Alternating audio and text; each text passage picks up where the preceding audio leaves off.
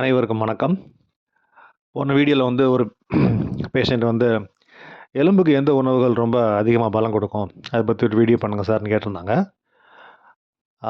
அதுக்காக இந்த வீடியோ பண்ணுறேன். பொதுவாக வந்து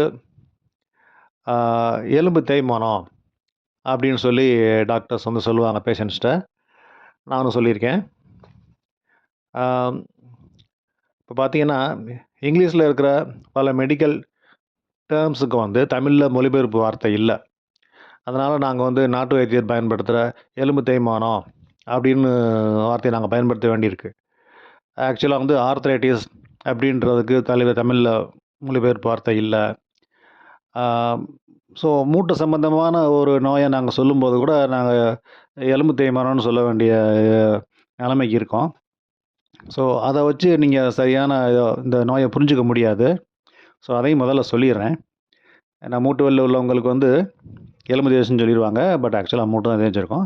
இது ஃப்ராக்சர் ஆனவங்க, அவங்களுக்கு கால்சியம் வேணும். ஸோ எலும்புக்கு பிரச்சனை உள்ளவங்க, ஓஸ்டியோபோரோசிஸ் அந்த மாதிரி உள்ளவங்களுக்கு அதிகமாக பயனுள்ள உணவுகள்னால் இதுதான். முருங்கைக்கீரை.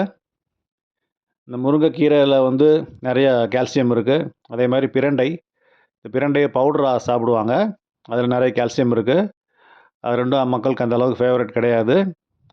இது வந்து மில்க்கு. இது கொஞ்சம் டேஸ்டியாக இருக்கும், ஈஸியாக எடுத்துக்கலாம். மில்கில் வந்து கால்சியம் ரொம்ப ரிச்சாக இருக்குது, அதிகமான அளவு இருக்குது. இதை எடுத்துக்கலாம்.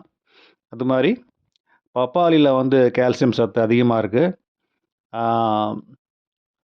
அது மாதிரி பார்த்திங்கன்னா ஆரஞ்சில் நிறையா இருக்குது. ஆரஞ்சு வந்து ஒரு ஃப்ரூட் தான், பட் இது juicy fruit, unlike papaya. So இதில் வந்து உங்களுக்கு நிறையா இருக்குது. ஸோ உங்களோட டேஸ்ட் எதுன்றதை பார்த்து எடுத்துக்கோங்க. பொதுவாக வந்து ஒருத்தருக்கு உடம்பு சரியில்லைன்னா கோழி அடித்து குழம்பு வைப்போம், ஆட்டுக்கால் சூப்லாம் கொடுப்போம் அப்படின்னு பொதுவாக கொடுப்பாங்க வீட்டில். பட் அதிலெல்லாம் வந்து உங்களுக்கு கால்சியம் வந்து ரொம்பலாம் இல்லை. ஸோ இந்த உணவுகளில் கால்சியம் அதிகமாக இருக்குது. இதை எடுத்துக்கலாம். தேங்க்யூ.